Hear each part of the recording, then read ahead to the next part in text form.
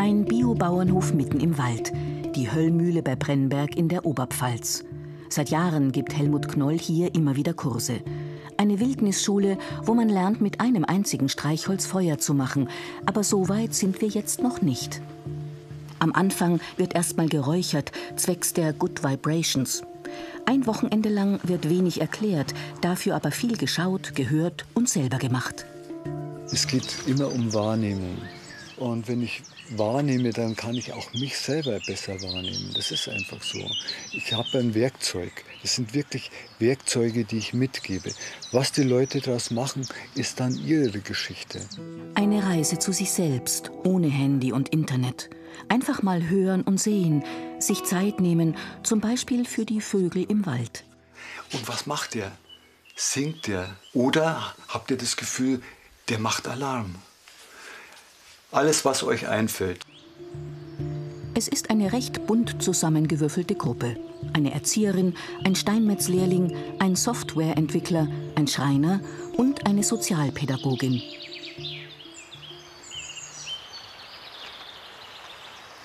Hören und schauen, was sich am Waldrand tut.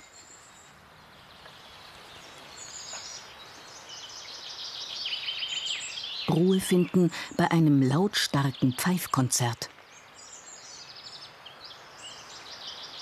Menschen sind die einzigen Lebewesen, die ständig einen Wust an Gedanken vor sich herschieben. Es ist eine Wolke und alle, die da draußen, merken es.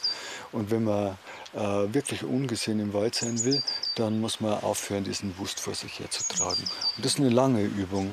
Und das geht nicht von heute auf morgen und man muss dranbleiben, ohne mal es sein. Was flog und zwitscherte denn da? Es geht aber nicht um Vögel bestimmen, sondern wie klingen und verhalten sie sich. Eine Dreiviertelstunde Hören und Sehen ist damit im Flug vergangen. Ja, mal wieder Erstaunen darüber, wie viel man hört und wie wenig man sieht.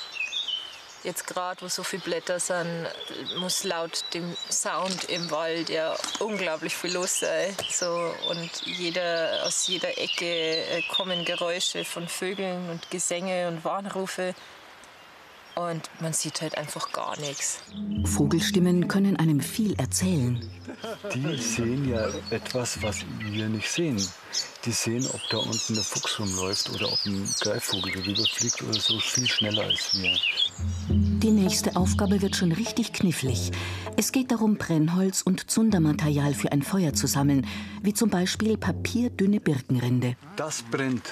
Das hier, das dicke Zeug, da schafft es ein Streichholz wahrscheinlich nicht. Also ihr habt ungefähr 25 Minuten Zeit. Ein Tipp nochmal, je mehr Holz ihr habt, desto größer ist die Chance, dass euch das Feuerholz nicht ausgeht. Das sage ich mal, was sehr oft passiert. Lieber mehr als zu wenig. Gilt für alle Feuer. Mit einem einzigen Streichholz soll das Feuer dann entfacht werden. Aber so weit sind wir längst noch nicht. Fichtenreisig ist schon mal gut. So, und jetzt? Was sucht ihr jetzt? Die Birken, und wir finden sie nicht. Die Zeit vergeht wieder im Flug. Derweil hat Judith Schöffel schon eine Birke gefunden. Sie ist Erzieherin und gönnt sich dieses Wochenende sozusagen auch als berufliche Fortbildung. Ich glaube, dass der Kontakt zur Natur ganz, ganz wichtig ist für Menschen und auch in der Arbeit mit Menschen. Und sich da selber ein bisschen weiterzubilden und auch ein paar Tricks und Kniffe zu lernen, glaube ich, ist da ganz, ganz wichtig. Brennholz sammeln in kurzer Zeit eine Herausforderung. Na, vor allem trockenes Zeug zu finden, ist gar nicht so einfach. Jetzt geht's ans Eingemachte. Nur ein einziges Zündholz soll benutzt werden, damit's brennt. Gute Vorbereitung ist nötig. Da kommt man immer wieder an Grenzen von Wissen und Erfahrung. Das ist einfach so. Und darum geht's letztlich. Auch wenn es kein Wettbewerb ist wie wer macht das beste Feuertipi, bleibt die Sache spannend. Du hast ein Streichholz und musst Feuer machen. Bei Eiseskälte kann das lebenswichtig sein. Kommt schon mal gut an.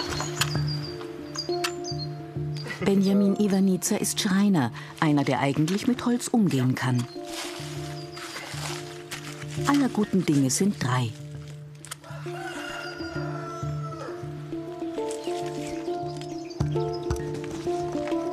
Dafür brennt sein Feuertipi schnell lichterloh. Thomas Stiegelmeier ist Softwareentwickler. Wie stellt sich der typische Vertreter des Digitalzeitalters an?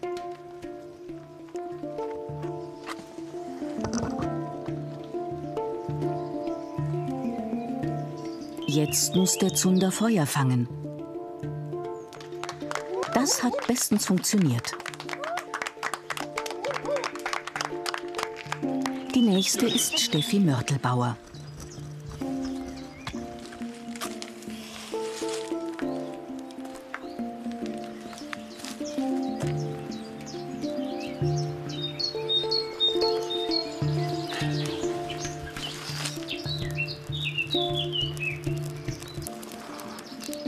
Es will nicht recht, aber Steffi legt sich ins Zeug.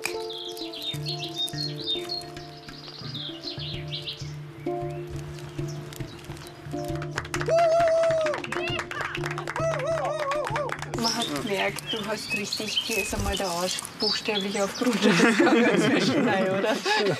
Schon. Ein paar Streichhölzer haben für Herzklopfen gesorgt.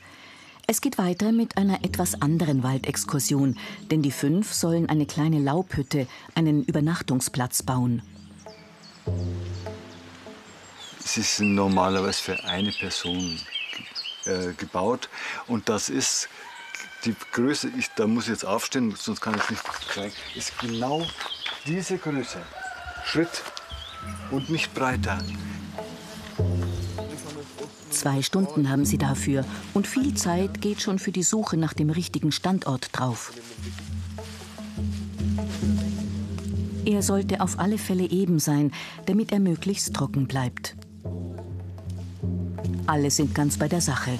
Der Alltag ist vergessen. Für Thomas Stiegelmeier ist es der 2. Wildniskurs. Und ich bin jetzt auch schon Mitte 40.